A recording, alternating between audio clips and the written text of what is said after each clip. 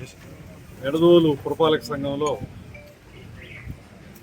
8వ ward 9వ ward సచివాలయ ఉద్యోగి ఇమ్యూనిటీ అసిస్టెంట్ నెల్లి కరుణ ఆమె రాత్రి అనుమానాస్పద స్థితిలో మరణించడం అనేది చాలా బాధాకరంగా ఉంది.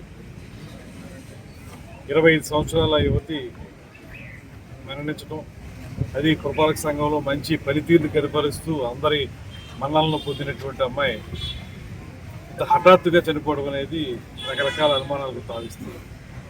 ఈ విషయంలో ఆమె కుటుంబానికి ప్రగాఢమైనటువంటి సానుభూతి తెలియజేస్తూ దాంతోపాటు దీంట్లో నిజాలు దిగ్గు చేయాల్సిందిగా పోలీసులను కూడా ఆదేశిస్తున్నాం.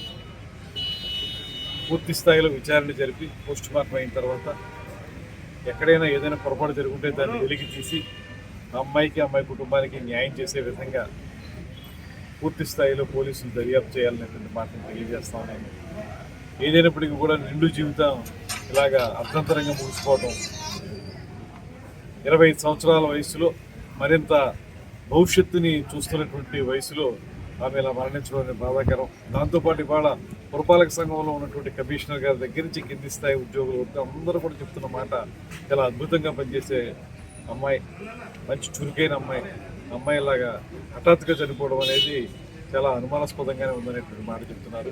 ఈ విషయంలో అందరం కలిసి, ఇక్కడ పార్టీలు రాజకీయాలు కాదు, రాంబాబు గారు కూడా ఉన్నారు, అందరం కలిసి మేము దీన్ని పూర్తి స్థాయిలో నిజాల్ని దిగ్గు తీసి ఆ అమ్మాయికి మృతికి ఏ రకమైన కారణాలు ప్రేరేపించినాయి అనేటువంటి దాన్ని తేల్చాల్సిందిగా పోలీసులను ఆదేశిస్తున్నారు.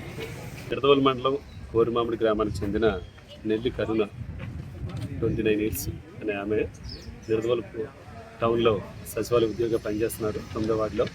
ఆవిడ నిన్న రాత్రి అనుమానాస్పద స్థితిలో మృతి చెందినట్లుగా కేసు నమోదు చేశాం. సదరు కేసుపై దర్యాప్తు చేస్తున్నాం. ఇప్పుడు టీమ్ ఆఫ్ డాక్టర్స్తో కూడా post mortem examinations further investigation ప్రొసీజర్లో ఉన్నాం. పూర్తి వివరాలన్నీ దర్యాప్తు అనంతరం మీకు తెలియజేయగలం.